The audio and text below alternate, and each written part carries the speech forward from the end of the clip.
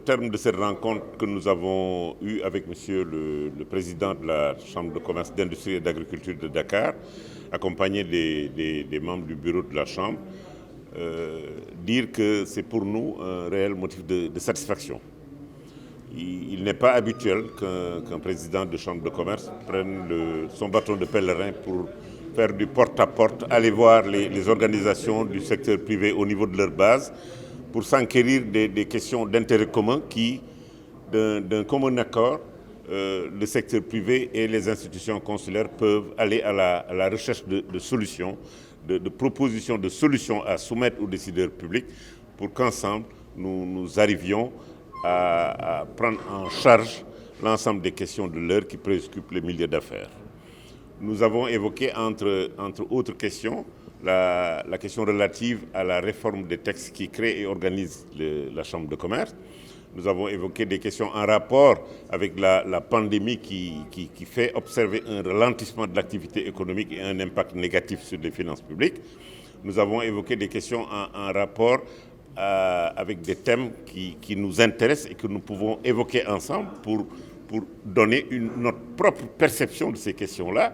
C'est des questions qui ont trait au changement de monnaie. C'est des questions qui ont trait à la zone de libre-échange économique vers laquelle nous allons. C'est des questions qui ont trait aux agences de notation sur lesquelles chacun a son avis.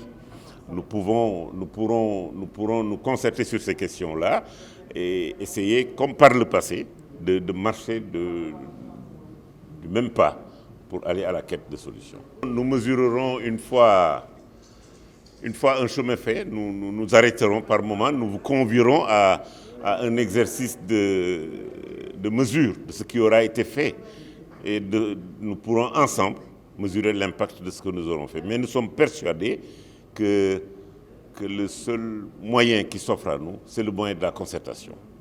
Le moyen de la concertation par lequel nous allons vers la recherche du consensus. Le président de la République nous a conviés vers un consensus. Nous allons vers des réformes qui nécessitent un consensus. Nous sommes obligés de placer notre action dans ce sillage-là. Et au bout de 3 mois, au bout de 6 mois, nous conviendrons d'un délai au terme duquel nous nous retrouverons avec vous pour faire une évaluation du chemin qui aura été parcouru. J'ai dit que chaque année, des concepts sont agités et qui nous viennent de l'étranger, qui nous prennent beaucoup de temps et qui, comme par un coup de baguette magique, finissent par disparaître. Nous devons prendre le temps d'évaluer ces concepts-là, les unités de mesure qui nous sont imposées, voir si c'est adaptable à notre contexte. C'est cet ensemble de questions-là que je voulais partager avec l'auditoire aujourd'hui, et sur lesquelles nous sommes obligés de revenir. Je n'en ai fait qu'une simple évocation pour amener à ce qu'un intérêt soit porté à ces questions-là.